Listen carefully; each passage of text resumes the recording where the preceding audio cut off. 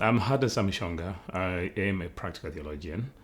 I also am involved in running multiple businesses and at the same time being a Christian minister.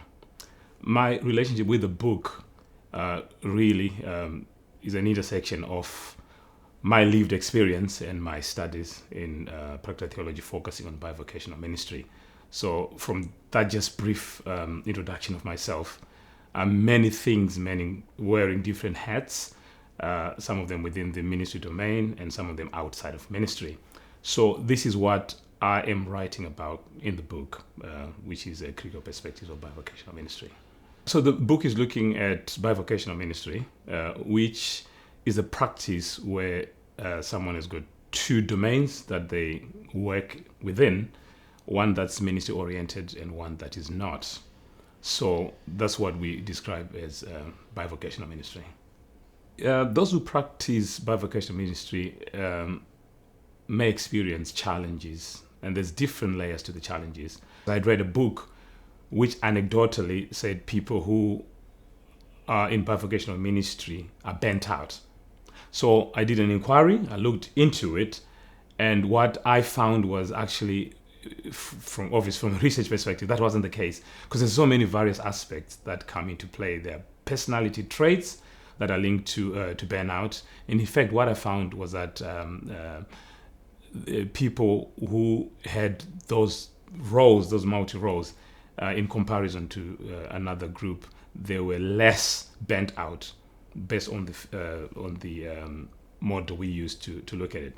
Of course, there are concerns about people who are in bivocational ministry because there's various aspects to their lives, but research doesn't necessarily say they are at any more risk than anyone in human service like doctors, social workers, or ministers who purely just do ministry.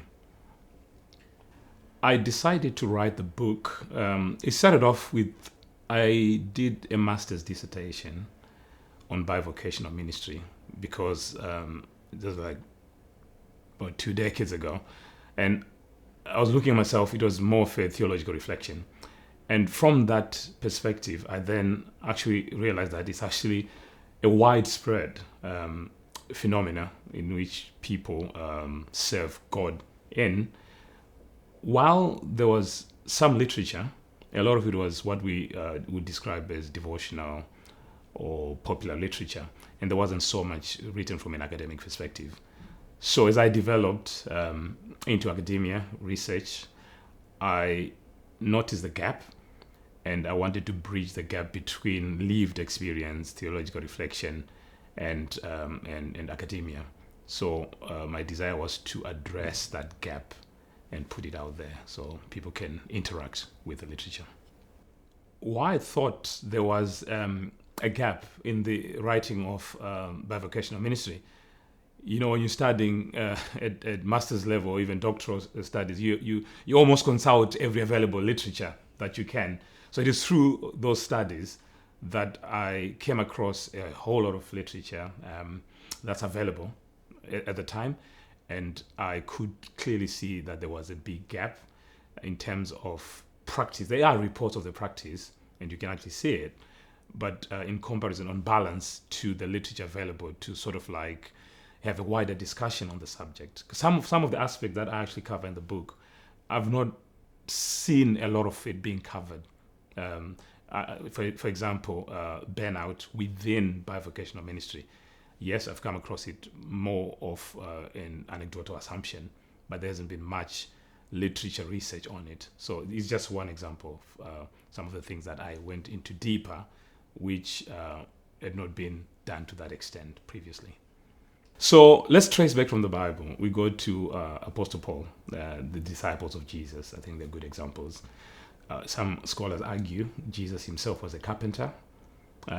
So let's anchor on Apostle Paul because he's considered the archetype of what they call tent-making ministry. So Apostle Paul was a leather worker, okay, and he made various things, including tents. So bivocational ministry traditionally has been called tent ministry because of that. So if we root it in the Bible, we will actually see that the original apostles were ministers, but they also had a trade that they had. And Apostle Paul is a very good example. And then from there, going into history again, I did speak about Roland Allen. We have various examples of ministers who were missionaries, would go in a place, there could be business people, and they will be ministering and also using their own resource to further the work of God.